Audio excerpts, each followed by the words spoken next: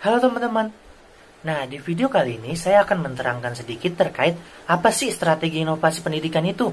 Nah, di sini strategi inovasi pendidikan adalah suatu proses perencanaan atau manajemen dalam usaha mencapai suatu sasaran untuk dapat mewujudkan suatu proses pembelajaran agar peserta didik dapat mengembangkan segala potensi yang dimilikinya sehingga tepat pada sasaran yang telah ditentukan.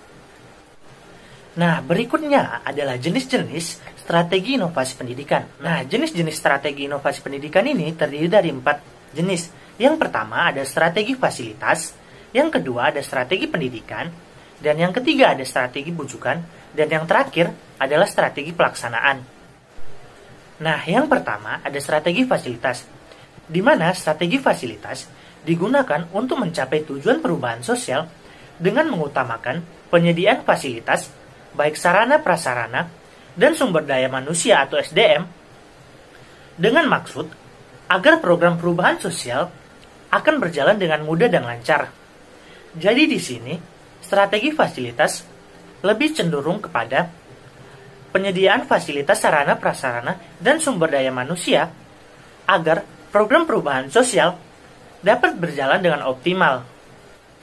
Nah, yang kedua ada strategi pendidikan, di mana strategi pendidikan digunakan untuk mencapai tujuan perubahan sosial dengan cara menyampaikan fakta yang terjadi dengan maksud agar orang dapat menentukan atau menggunakan fakta atau informasi tersebut untuk menentukan tindakan selanjutnya atau untuk menentukan perubahan-perubahan selanjutnya.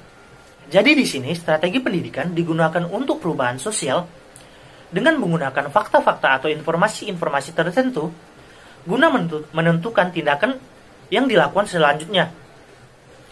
Nah, yang ketiga ada strategi bujukan, di mana strategi bujukan ini digunakan untuk mencapai tujuan perubahan sosial dengan cara memujuk atau merayu agar sasaran perubahan atau klien mau mengikuti perubahan tersebut. Jadi di sini perubahan sosial terjadi dengan cara rayuan atau bujukan yang dilakukan oleh seseorang terhadap sasaran perubahan atau klien agar klien tersebut mau mengikuti perubahan sosial yang telah direncanakan.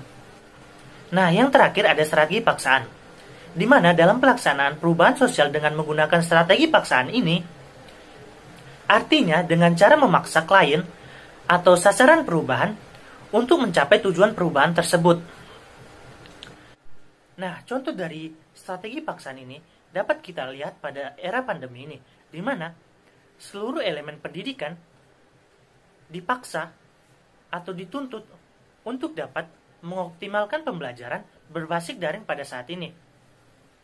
Jadi di sini semua elemen pendidikan, baik guru, peserta didik, lembaga pendidikan, baik yang di sekolah maupun lembaga pendidikan di pemerintahan, dituntut untuk dapat menemukan metode-metode pembelajaran yang dapat digunakan secara optimal pada saat era pandemik ini, agar proses pembelajaran lebih optimal dan lebih efisien dalam proses pelaksanaannya. Nah, mungkin cukup sekian pembelajaran kali ini. Sampai jumpa di pembelajaran-pembelajaran berikutnya.